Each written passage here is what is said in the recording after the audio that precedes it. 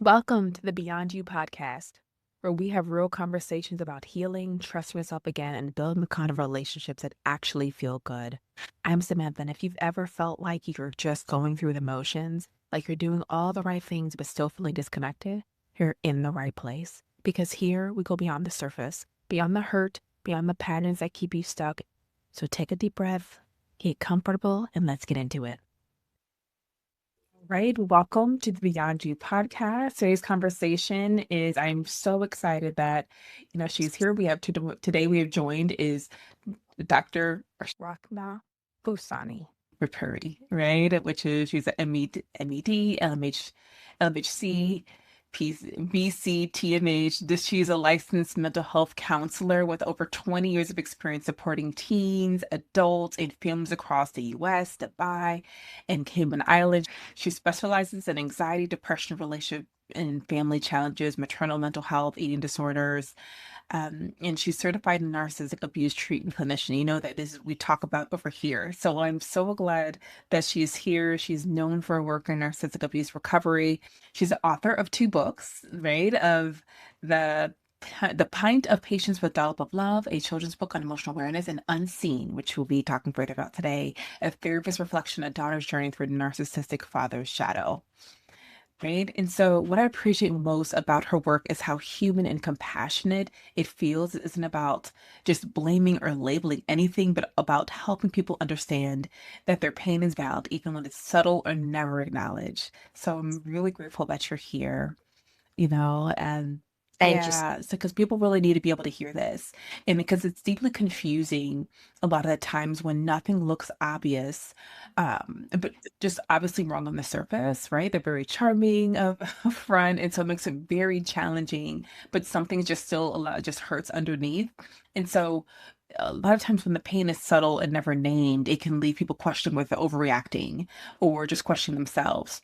So when someone finally hears this kind of pain is real and valid, what tends to shift for them internally, would you say? So first, I think it takes a long time to get there, Samantha, because and especially if it's a parent. I think even Yes. in romantic relationships, but especially when it's a parent, because there is I don't know any child in the world who's going to go around saying, "Oh, you know what, my parent is a narcissist," right? So because children tend to blame themselves that there's Yes. something wrong with me. So I think that journey of getting to that place where you can actually say, wow, yeah, this is messed up.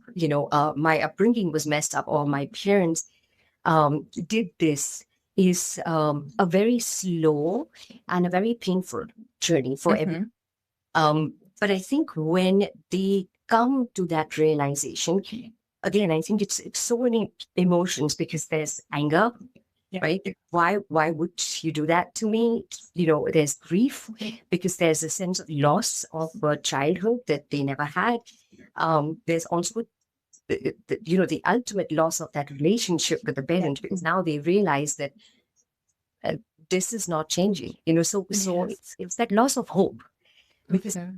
then they're probably carrying that hope that, oh, things might change. They might Right. change. They're like, someday he'll see me. When that goes away, it's extremely painful. So I think as much as there's that sense of, and I can't say relief, but it's the sense of understanding or compassion towards self, where you see that, okay, this is not you. I think the other part of it is the anger and the grief, and just Yeah. all of that, those emotions.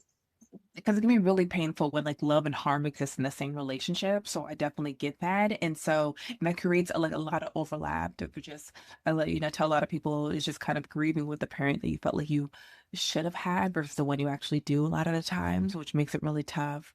Yes, Because it feels like you're erasing the love or denying that it actually happened. It makes it really confusing. yes, So yes. yes, well, how do people begin to hold two truths, without feeling guilt and self-doubt for acknowledging the pain?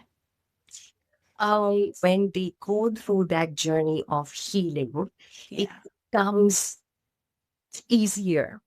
It's not easy, but it becomes easier to Yeah. hold those two, truths for themselves, because the fact is that there was harm done to you. Yeah. And the fact is, there might still be a part of you that feels for your parents, right? Because Mhm. it's so complex, because your parents are aging. You feel like, okay, you need to be there for them. So there's that the child who feels an obligation or a duty towards the parents, but at the same time acknowledging that, okay, what happened there was not okay. So I think it comes with years of going on that healing journey, which starts really with the psychoeducation piece, right? Because you Yeah. have to first know what you even have to heal from. So once Right. that psychoeducation bit with, hopefully with a therapist, or, listening to things like that, where, wow, yeah, Mhm. this is kind of what happened to me. And then you begin to heal, and you decide what kind of a relationship you want to have with your parent, or you don't want to have. Um, but it gives you, the strength to hold those different aspects or the different truths. I think really people get really caught up on the guilt of it all, right? Of just like holding on to the guilt of like, okay, what are people gonna think and what a um And so yeah. right, because it's not a thing to abandon your parents, or Right. to Exactly. stop talking to your parents. And listen, I'll tell Mhm. you something else, Samantha. I think, what people need to understand is that when someone Mhm. makes that decision, that I am going to disengage from a family member, be it a parent, be it a sibling, that person has done a lot of thinking, because it's not an easy decision to make. This is not Mhm. somebody on a whim. Your family, Right. your parents, are probably the most, like, that's the relationship, that's the most profound relationship any of us are ever going to have in our lives. Right. So when somebody decides that I need to walk away from that, it's got to be years of questioning, and should I, shouldn't I, like, is there a way, but there's been a lot of that before that decision's reached. Yeah, and I think it's just kind of allowing the person to honor the fact that it was a long time that you had to go through that decision. I think that's really important what you're saying, Yes. that recognizing that because it's not something that just happened one day and you were like, that's it, right? It's like little huge moments Yes. consistently. Absolutely. And you know what? Expecting society to understand, I think it's a very, Right. don't even share it. Share it with the people who you know are going to understand your journey, and what you've been through to get to this point.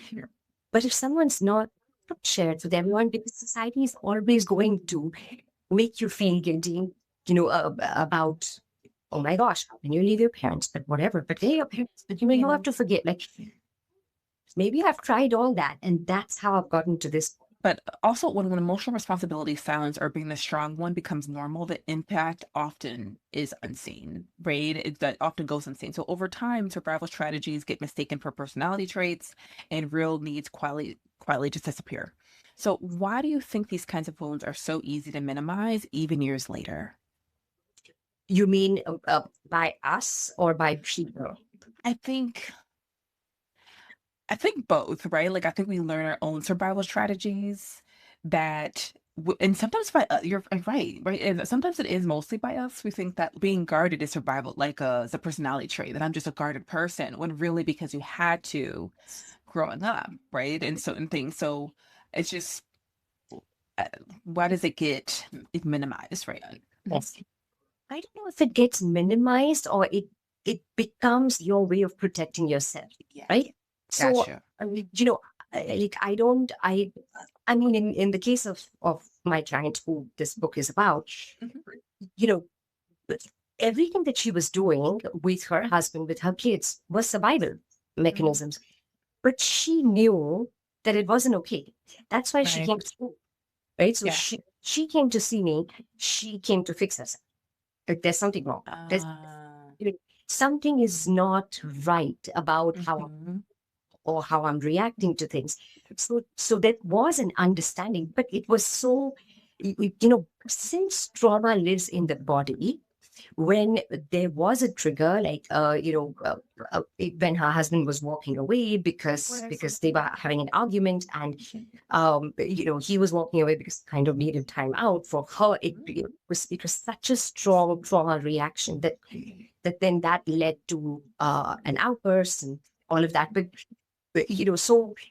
But she knew inherently that, oh my gosh, but he's a nice guy. Why am I doing all this?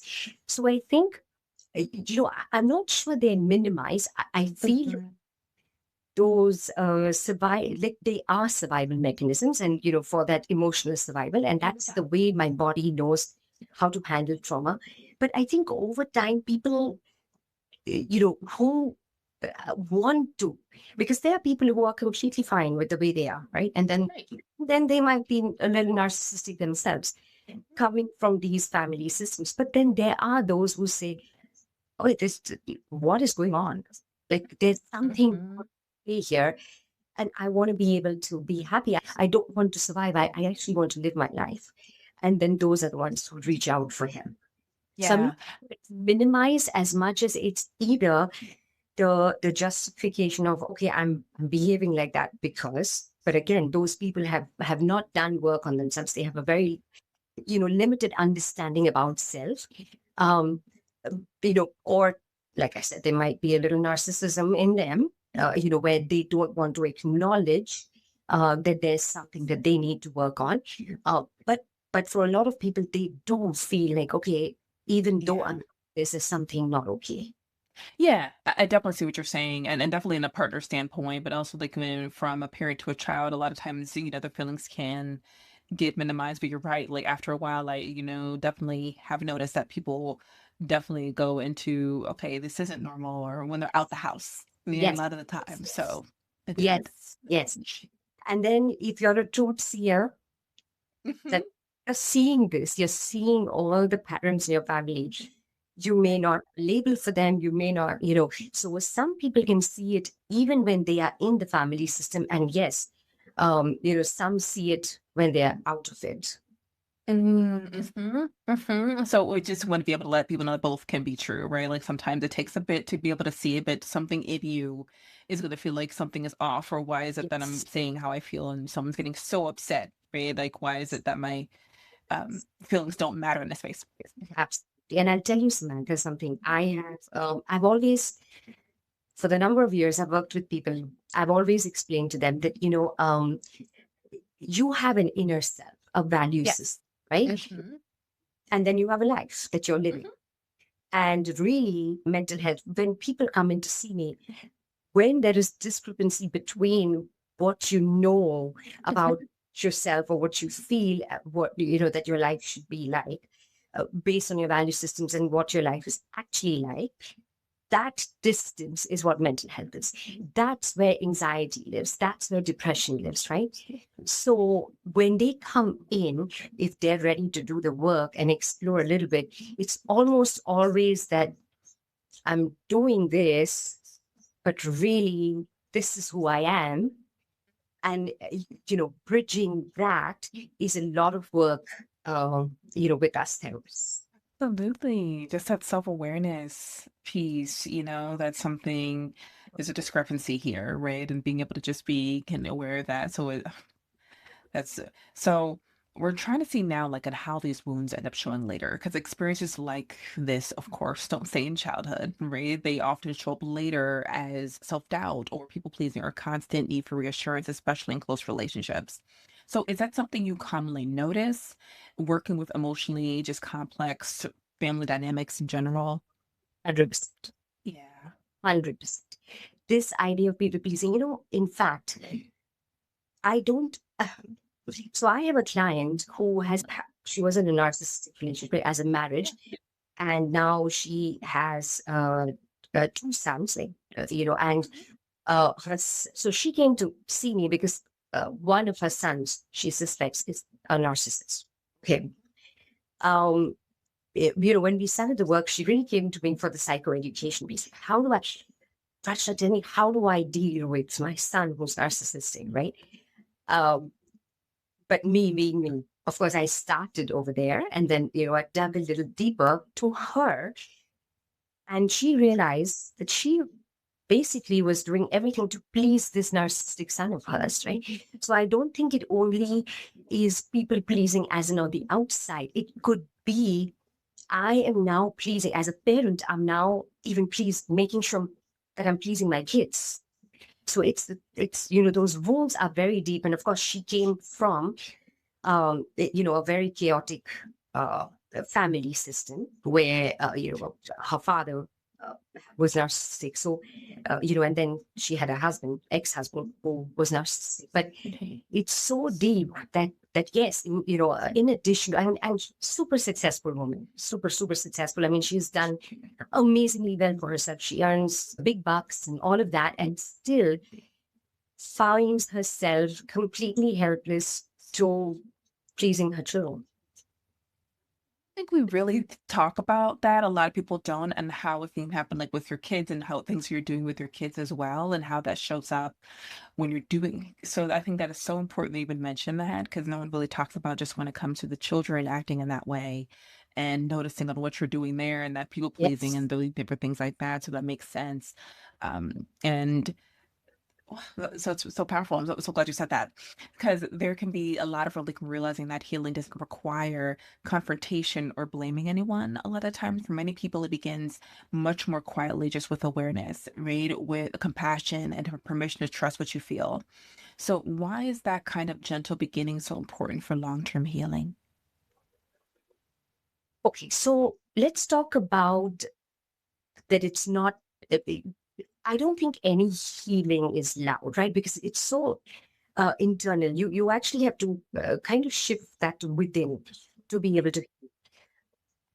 But we expect, so part of my journey with clients, um, because the other part of it is okay that that should we forgive. Okay, but I can only fully heal when I forgive. No, you don't need to. If you don't Yes. want to forgive, please don't forgive. Hmm. You can heal. Right. In because forgiveness is also for yourself.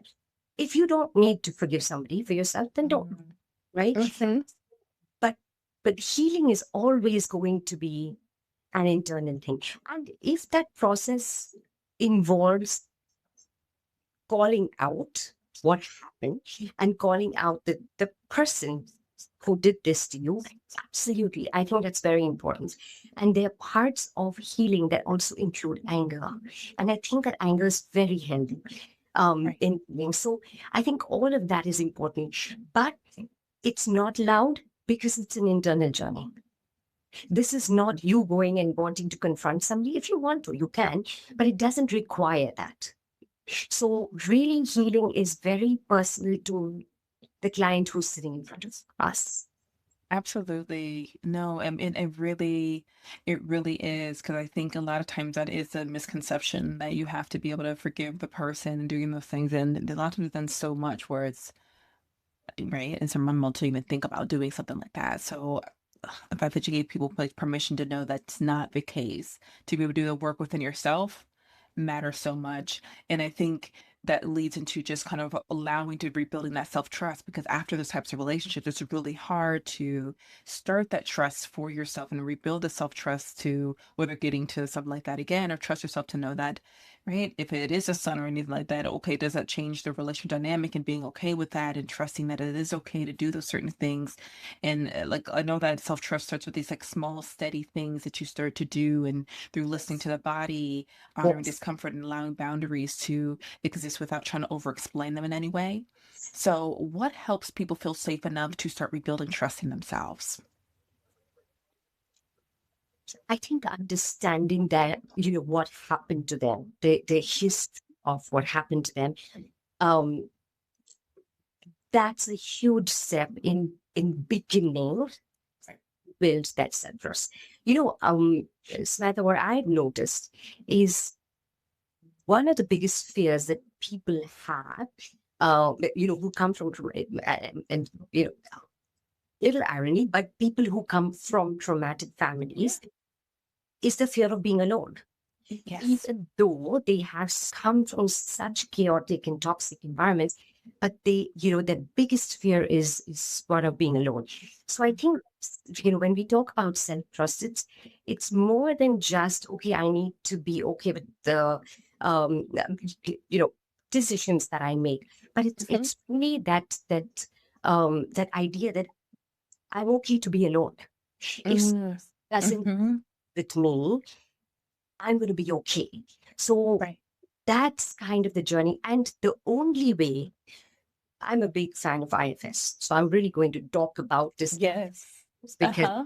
is that's what I use a lot. And I've the good fortune of interviewing Dr. Richard Schwartz for the book. Oh, But awesome. that journey, in IFS, where you become that person for yourself. I Mm. step. You see, because once I can give myself what it is that I'm looking for from others, where I'm scared that if they walk away, I don't know what's going to happen to me. So if I can give that to myself, that is a big, big, big factor to build that trust, or compassion. Right. So it's a little way of like reparenting a little bit. Is that what kind of what you in some Yes, way? similar. Yes. Okay. Yeah. And, ISS does it beautifully. Yeah. Because every, aspect of IFS, especially, the meditations, and when you go into when access your exiles and stuff, and, Yeah. heal your exiles, that's kind of how you do it, because you're really giving your little self what he or she needs. But you're the one who's giving it. You're not counting on somebody else through the outside. Absolutely. That can be so healing. I definitely love and a big fan of IFS work. So I love the fact that I'm just kind of mentioning that and being able to just kind of see and how you can be start to rebuild that trust within yourself by doing that. So I think that is really important by doing it. So what do you hope people feel in their bodies when they're in a space that's meant to support healing? Is it like a certain feeling they should look out for? I always like my clients to hold on to hope and Mm, healing. Um, but within their system, as long as they feel calm and not, they can get to places where they work through activation, but to get to that place of calm, within themselves. I think that's beautiful. But yes, holding on to that hope. I always tell them that when you walk out of my office, if you don't feel hopeful, I haven't done my job. So you need to walk out of there knowing that I'm, you know, on the way to healing. I'm on this path. yeah. So I'm definitely like you're telling people like to look within. I know people say system, but like within your body, right? Like within, but people don't know what system is. Um, yeah, that it's be able to just kind of see exactly just holding on to that hope and just seeing what that looks like. And I know that requires kind of being there for yourself in that way. So that is amazing. And so um if this convert I'm just kind of letting people know if this conversation stirred something, it's worth remembering that awareness isn't a failure, but it's a form of care. Just kind of as we're talking about these things, so seeing the truth gently is often the first real step towards healing, right? The fact that you're recognizing yourself within this and absolutely just knowing that emotional wounds don't need to be dramatic or extreme to be real within that. And so healing begins with the compassion, self trust, permission to acknowledge what was once unseen. Right. And so just overall want to say just thank you for bringing so much just care and clarity into this conversation, letting people know about this. And to everyone listening, take your time with what came up and be gentle with yourself. And so if someone finishes this episode only takes one thing with them, what do you hope it is? I'm hoping it gives them the courage to, if they found themselves in relationships that have left them questioning, I'm hoping that it gives them the courage to go down that path of healing, because I think it's a very powerful journey. One that I think all of us need to, because all of us can heal from, something, and need to heal from something that we've been through in our lives. So I hope it gives them courage to see, to feel. those wounds and to heal from them. Absolutely. So thank you so much. Please check out Rachna's book on Unseen. It is so we just were talking a little bit about it. Yes, It I'm going sounds like to it's just forward to you. yes, It's available. absolutely. And we'll make sure to share information below for people to be able to grab that as well. And where can people find you at? So my website, so Okay. it's drrachnabuxani.com. That's probably the best way, and that has all my contact information. You can follow me on social media. I do a lot of these things, with people, Yes. enthusiastic people like you.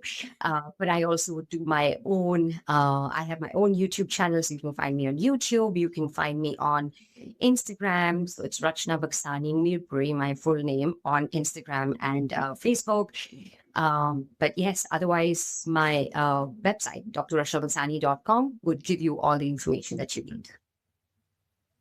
Thank you again, as always, and take care, and everyone else, take care of yourself as you process conversation, and I will catch you next week. Thank you.